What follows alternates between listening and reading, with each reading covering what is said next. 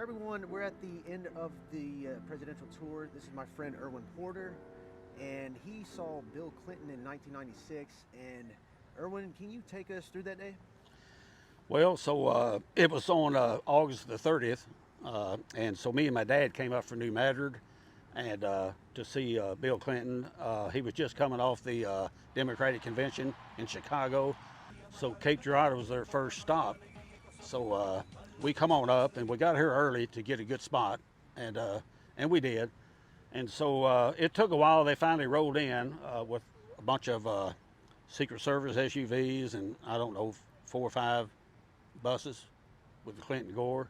So anyway, so it was exciting because they had the President of the United States, the Vice President, the First Lady, and the Second Lady along with them. And so it was really worth the time we spent to come up here and had a big crowd.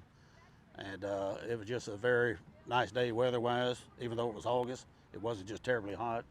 So looking back, I mean, it's 29 years ago. It was a good while back, but to me, you know, as you get older, it's just like yesterday. Yeah.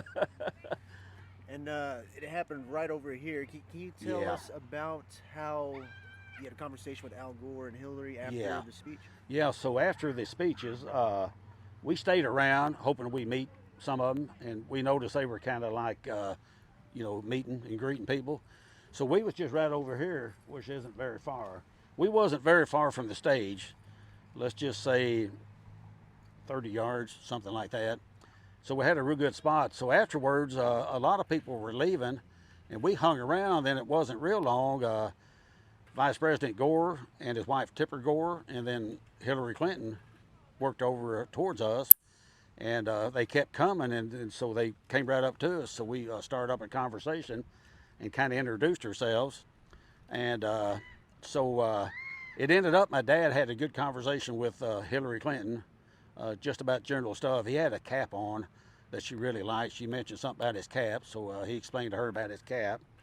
And me and Al Gore just had a conversation about just general stuff about labor and work, you know, working people and kind of make sure he doesn't forget the working man, you know, and all that. We had a nice conversation, and of course his wife Tipper, she didn't really say a whole bunch. It was just mainly Hillary Clinton and Al Gore. But it was real neat after it happened. I thought, you know, I've had like a 4 or 5 minute conversation with the Vice President of the United States, with the First Lady right there beside me. And it kind of sunk in later, the magnitude of it. And I said, that was pretty dang, I was pretty fortunate to be able to do that. And I'll never forget it. I mean, I can remember it just like it was yesterday. Yeah. So, can you hold the photo up so we can see? Yeah. Of course, I'll So, take a shot of yeah. that. So what happened, back in the days, you know, I probably had might have been a throwaway camera. I'm guessing it probably was. And so I was taking photos, and of course, when she came up and met my dad, of course, you can see she's shaking his hand, and they're talking, and he's grinning real big. And that's the cap. You can kind of see it kind of got different colors. And she kind of liked his cap. It got her attention, and they talked about it for a little while. And so it was real enjoyable. So I got this photo, and it's real neat. The only thing I wished I got more of my dad's face, but you can tell it's him by his profile. And so this was in August of 1996. So for Christmas, I had this blowed up to this 11 by 16 or whatever it is to give to my dad for Christmas. So this was a Christmas present to him in the Christmas of '96. Okay. And it hung on their hallway for years and years. And when they both, my mom and dad both passed in 2019, we all kind of, you know, got stuff out of their home. And of course, I had to recover this. And now this hangs on my hallway here at Cape. Okay. So remember when I had said that Bill had said he'd been to Cape Girardeau previously, and he Yeah. has some. Well, obviously he has ties to this region, being Uh-huh. from Arkansas. Can you tell us a story about his father, how he passed away? Yeah. Kind of in the area. It's Yeah, not too it far from was. here. So south of here is Sykeston, Missouri. So the story is, and it has been documented. It is, you know, a true fact. His dad was named William Blythe, Blythe, Okay. and so Bill Clinton was maybe a year old. He wasn't maybe a year or two old at the most. And his dad was coming back to Hope, Arkansas from somewhere up north traveling back home. And the story is he was on Highway 61 a little bit north of Syston and had an accident and killed him.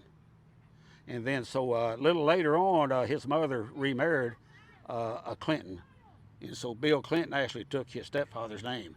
And that's why he was William Clinton. And so his dad was actually, I think, William Blythe. So that's something that's documented, and it's kind of neat that that part of history with one of our presidents is right here in our backyard. Yeah, it's weird to think about. And I remember at some point hearing Bill was a big Cardinals fan, which makes sense. You think most people in this region grew up being St. Louis Cardinals fans. I know he's a big Stan Musial guy. It's really interesting to think, how we're not too far from where he grew up and all that stuff. But now I want to go over here. Erwin's going to show us exactly where the speech took place and where the photo took place as well. So here's kind of what we did. So this park has changed quite a bit since 1996. Used to be a swimming pool over there. Now there's a playground, a parking lot there, and it appears that it was grass back in the days. And so the road here is still the same. It curved through here. So me and my dad, when we got here early to get a good spot. We wanted a spot right on the rope line. So we parked back over here by Southeast Hospital and walked through the park, come up through here. So we walk over here and about somewhere like right here is where we were. So they had a rope line about 10 feet off the pavement. So we was right here by the rope line. So here we are standing here. Well, of course, we have to wait for a while because we probably got here in line, I'm going to say 10 o'clock, 10 a.m., 10:30. And they wasn't scheduled in until maybe 1 p.m., so we had a lot of time to kill. Maybe if we had to use the restroom, we would just take each other's spot, save our spot. Anyway, so we was here. So when they finally rolled in, they come in off of Broadway and come down West End, and about 5 or 6 what you call tour buses had the Clinton Gore 96 and a bunch of Secret Service vehicles, the SUVs, Suburbans. So they roll in and they come down through here. So we're right here with a bunch of people all up here, all back in there. The stage is right over here to my right. So when they roll in, we're looking to see what we can see, and President Clinton, he got down in the stairwell in the bus, and I guess he was kind of stooped down on that bottom platform, and he was waving. I told my dad, I said, well, there he is waving. He was just grinning real big, waving at us, went right by us. So they go in there, they all pull up, and so after they stop, of course, it's 25 minutes before anybody comes out as far as President Clinton. I guess probably Secret Service protocol and safety. So when they finally come out, they all take their place on the stage over here. So the stage, I guess we walk over here and I kind of show you where the stage is. So once they all get out of the buses and all it was President Clinton, Vice President Gore, First Lady Hillary Clinton, Second Lady Tipper Gore, and whoever else, other people. So anyway, so they make their speeches. So here's where the stage was. This has changed. I'm thinking all that was grass before they put the parking lot in. So probably there, I'm gonna walk over here where the stage, pretty well where it was. Probably right in here, because it was offset off of us a little bit. I was looking kind of to the back side of the stage. So it was probably right here, and that's where they made their speeches facing the big crowd all out in here. A crowd all out in here and all down the road. So that's kind of where they made their speeches. So then after it was over, of course we hung around trying to, in case we could meet some of them. And so as the crowd was leaving, we still was hanging around. So we're over here at my spot. So over at my spot, we'll walk back over here and I'll tell you what happened over here. We're over here the whole time, me and my dad. And so after it was over, and I noticed they was mingling around, kind of meeting and greeting people.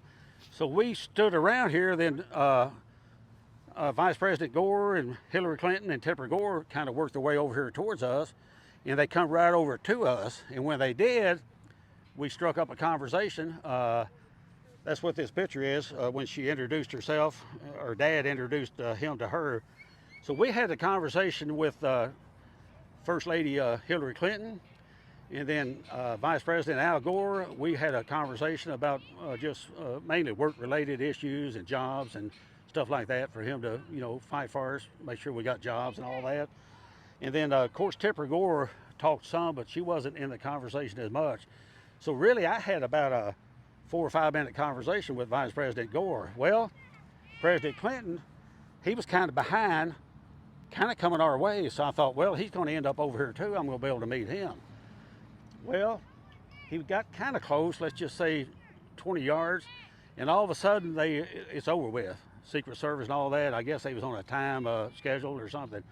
They had to kind of politely say goodbye, and they had to go in their buses. So I kind of missed a meeting and talked to President Clinton. If I would have known what was going to happen, I would have just walked over there, but I didn't know that. I kind of assumed that he was going to make his way over to us. And it didn't happen, but anyway, he got close, and I was able to hear his speech. I was able to talk to the Vice President, the First Lady, and the Second Lady, which made a great day. Me and my dad had a great time, and we'll never forget it. In the moment, I just was talking. I knew he was a Vice President, but it didn't really sink in until afterwards. And then maybe the next day, I kind of thought, this is something else. I actually had a conversation with the sitting Vice President of the United States and with the First Lady of the United States, and it was just almost surreal. I thought, that was a bigger deal than what I thought it was as we did it. So yeah, it's a big honor, and I tell people about it. I'm proud of the fact that I was able to do that, and it kind of makes you connected to your leaders, and it kind of makes you realize they're just real people like we are. We always want to put them up on a pedestal and think they're something more than a human being. And that day kind of reminded me they're just regular people just like we are.